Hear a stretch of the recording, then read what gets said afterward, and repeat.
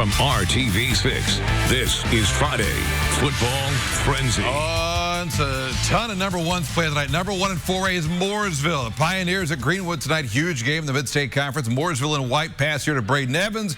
Watch the Greenwood D, though. Get in there. Just strip it out.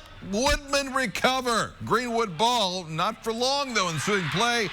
Picked by Dane Stevenson. He heads the other way, eventually brought down. Kalijah Perry hits Evans for the score. Mooresville wins it 31-7. Pioneers improved to 4-0 for the second straight year. Good evening. It's Friday Football Frenzy on Friday the 13th. Only means something if something bizarre happens, and when it comes to Brownsburg and Avon, something certainly can. Brad Brown with a story from the West Side. For the first time in the long history of this rivalry, Avon entered the game as the #1 team in Class 6A. And the Orioles, at home tonight, certainly had plenty of energy at the start of this one. But mistakes by both offenses and an ugly first quarter had the game scoreless. In the second, Brownsburg put together a drive led by running back Donovan Marcus that got them into Avon territory and eventually capped it with a 35-yard field goal and a 3-0 lead. Avon managed no points in the first half. 5 punts, 2 missed field goals, and a frustrating trip to the locker room, trailing by that field goal after the first 2 quarters. In the third quarter, Avon would get its first big play of the game when sophomore running back Krishawn McCray broke through for the 62-yard touchdown run that got Avon on the board with a 7-3 advantage. Still 16 minutes of football left to play, and down the stretch it would be the Orioles' defense that set the tone. The Bulldogs were only able to make it into the red zone twice. A 4th down stop with under 2 minutes to go gave Avon the ball back, but they would have to get one more stop in the final minute, and Joseph Sargent came up with the interception to seal the deal. Not a pretty win, but a 7-3 victory. A 4-0 start for Avon, and they're bringing the B&O Bell back to the Orioles' home field. Defensively, we had to pick it up. We just had to keep going. And it's games like that. It's games where the offense will, pick up for the defense. It's game where the defense will pick up for the offense.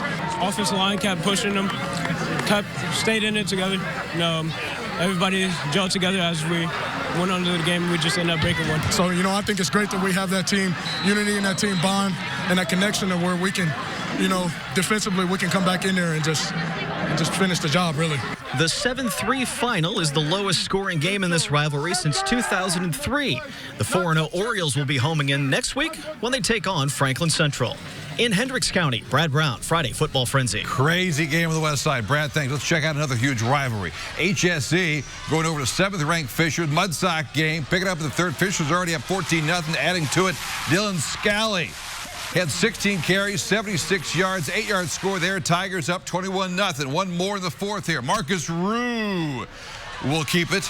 They're not booing. They're saying Rue. Mudsock game goes to Fishers 27-6. Tigers improved to 4-0 at the first time in 10 years. Speaking of rivalries, one really big one and one in the Indiana Crossroads Conference. All a part of Week 4 of Dave's home video. Well, we've known for years now that when it comes to tailgating, they are very serious here at Cathedral. And the guys behind me, by the way, they just whipped up something special for this one. How about tenderloin stuffed with goat cheese? Yeah, don't try that at home. But not only is the tailgate special, but so is the trophy between Chittard and Cathedral. Check this thing out. It goes back to 1970, going back and forth, although Cathedral's won 5 of the last 6 meetings. Consider this. 25 combined state championships between these two schools. That is simply incredible. That is a rivalry, and here come the Irish and start off the nice opening drive. Warren Edwards doesn't hesitate up top to Jordan Thomas. 32-yard gain led to a Christian Aldering field goal. Irish up 3-0. Watch this sequence here, though, from Chittard. This is on 3rd and 7. Kyle Cheek to Dalen Taylor for the out pattern. First down Trojans. Next play, Cheek a little fake, deep to Taylor again. 27-yard gain. Then next play again, faking everyone out. What a play. Back to the quarterback. Cheeky play, indeed. Cathedral, though, big second half. Edwards, 355 total yards, 2 scores. They win 31-21. Irish improved to 3-1. Meanwhile, the waiting is the hardest part here at Manual High School. 2A number 2, Cecilia taking on Beech Grove. And yeah, I know Ohio State plays IU tomorrow down in Bloomington, but really the future of Ohio State football is on this field tonight. Josh Fryer is the senior center for the Hornets, and he is a big, big young man. 6'5", 300 pounds, one of the best centers in the country. And you guessed it, he's already committed to Buckeyes next year. And he is a great young man. But the Hornets had their hands full with the Crusaders tonight. Good first half. This is on 4th and 10 for Beech Grove. Gavin Mitchell spins around, finds Damon Tompkins for the touchdown. Beech Grove up 28-21 at the break. Third quarter, costly turnovers for BG. And number 30 is Cecina's Tyshawn Woods. Just try to bring this kid down after another Beech Grove turnover. Back to Woods. This is a 30-yard score. Woods finishes with a school record 6 touchdowns, a school record 319 rushing yards. Cecina wins it 55-35 as the Crusaders improved to 4-0, wrapping up Dave's home video.